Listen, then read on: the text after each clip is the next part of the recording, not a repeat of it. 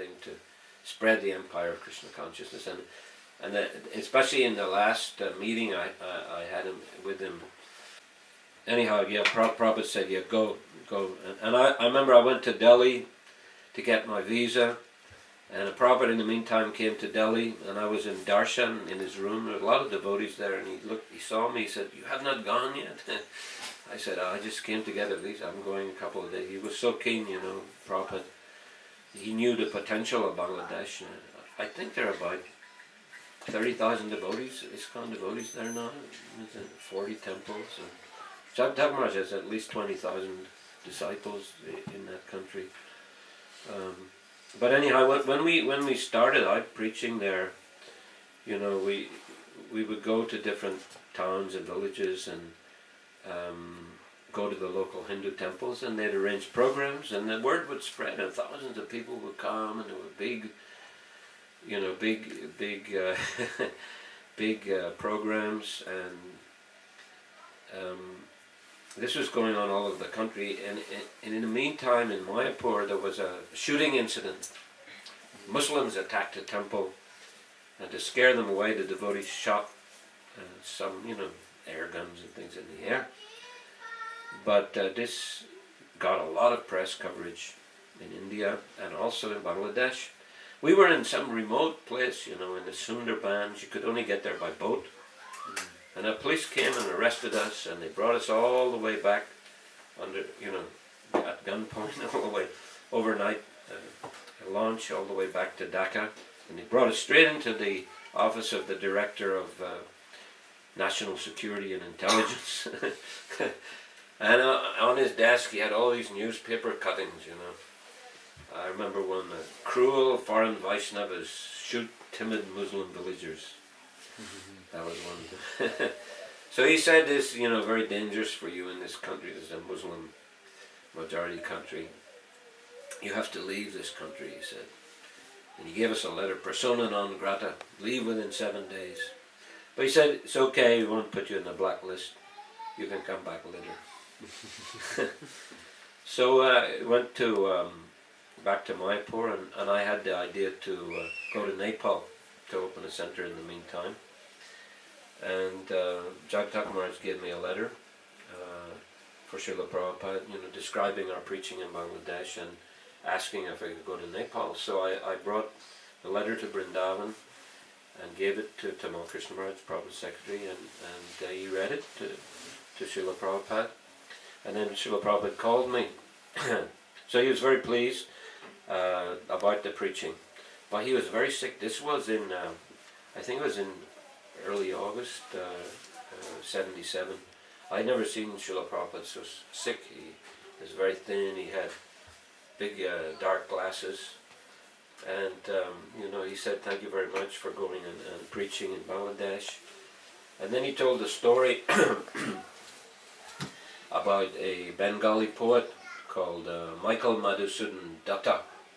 He's quite a famous poet. He's a Christian, Bengali Christian, and he came here to London, and he wasted all his money, I guess, whatever, drinking and whatever.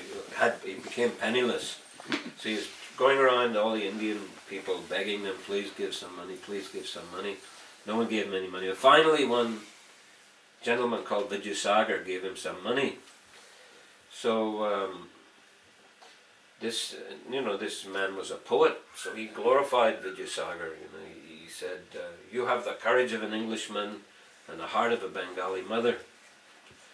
And so Prophet, he said to me, he said, in the same way, he said, you should preach Krishna consciousness. He said, the British were famous for having a huge empire. The empire was spread all over the world.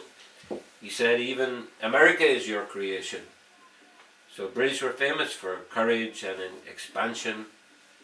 And he said, in the same way, you should spread the empire of Krishna consciousness with the courage of an Englishman and the heart of a Bengali mother. And then the conversation went on a little bit. Actually, I'd been planning to come to the West to collect some Lakshmi to start the preaching in Nepal, because we needed foreign currency. To stay in Nepal, you had to extend your visa month by month, and you need $150. You had to change $150 and have a bank certificate that you change it, otherwise they wouldn't extend your visa. So we needed foreign currency. But Prabhupada said, don't worry. He said, no need for you to go to the West. Better you go and preach Krishna consciousness in Nepal. ISKCON has no shortage of money. He said, I've got money in the bank in London, Lloyd's Bank. He said, you open a bank account in Nepal. He said, how much do you need every month? And I said, well, 4 foreigners are going, and there was one Nepali devotee, the Bhaktisiddhanta Das. He was in Vrindavan then. Bhakta Basanta, Basant Gurun. The senior devotee. Yeah, most senior devotee in Nepal. Actually, when I was in Kathmandu on library party distribution, I met him on the bus, and then we took him to Vrindavan, and then he stayed there, and he saw Prabhupada, and so he wasn't initiated actually, but we took him with us, and anyway, 4 foreigners, so I said $600 a month, Srila Prabhupada. He said, no problem, open the bank account in Kathmandu, I'll send it to you. So we got that Lakshmi for many years after Prabhupada's departure also, and that helped us to rent the first temple in Goshala district, and by Srila Prabhupada's support, we were able to open that temple. So anyway, Prabhupada said, you have 2 nice preaching fields, Bangladesh and Nepal, and you develop these fields and do it with the courage of an Englishman and the heart of a Bengali mother. So, and then finally he said, take the courage of an Englishman and the heart of a Bengali mother. That was the end of the conversation. So yeah, I think that's probably the last time I met Prabhupada. So we had traveling Sankirtan party, and we went to publicize Srila Prabhupada's visit, to hand out some flyers, and to, Sri Bhuvanath Prabhu had opened a temple there in Edinburgh. Had a very big temple room, huge temple room, and upstairs there was, a few rooms also. Prabhupada had a room. There's only one bathroom actually, and all the brahmachis were standing in line in their gamshas, and Prabhupada also came out in his gamsha and stood in line. And then the devotees said, oh, Srila Prabhupada's here, please come to the front, go first. Anyhow, it was pretty cold in Scotland. We had a program in Edinburgh, and the Gornitai deities were installed there. And then Prabhupada went to Glasgow for a program. I think it was in a Woodside Hall it was called. That was a packed full, and a wonderful program. It's a famous program because at the end, one hippie came to the front. He walked all the way from the back down to the front, and he stood in front of Prabhupada, for question time, and he said, I think I am God. And Prabhupada said, you are not G-O-D, God, you are D-O-G, dog. And then he turned around, and that boy went back to the back, and it was a huge kirtan.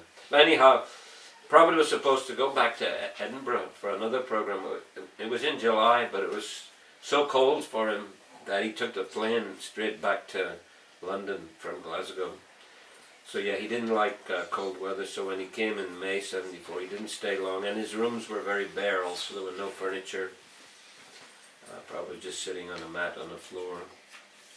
But anyway, he was very pleased to see Namanur, and he came back for Rath Yatra festival.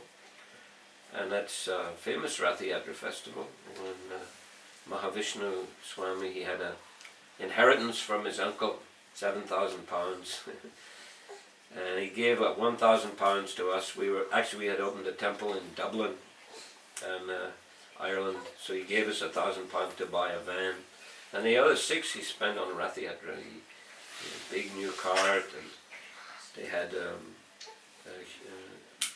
huge arrangement in Trafalgar Square with these kind of pandal type tents, which they fixed to the ground by hammering in steel pegs.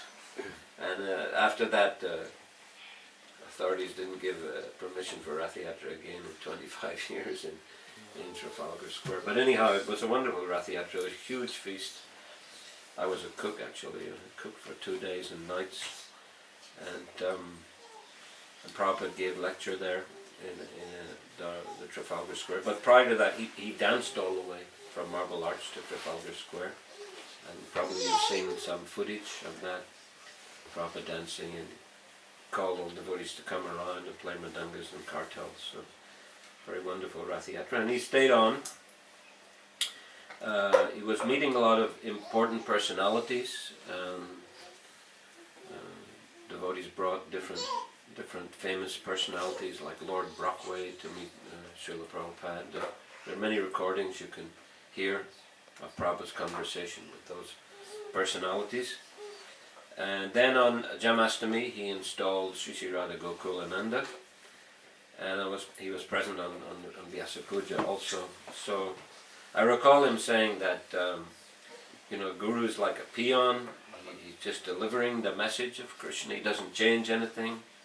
And he said, I want my disciples to become spiritual masters. He's not very difficult. Just repeat what Krishna has taught and what the previous acharyas have taught. So he often stressed that point on Vyasa Puja in other years. The same principle that parampara, those who come, devotees in parampara, they have to remain very faithful to the teachings of the previous acharyas, applying the same process in their lives, and thus they can become Mahatmas, they can become great souls.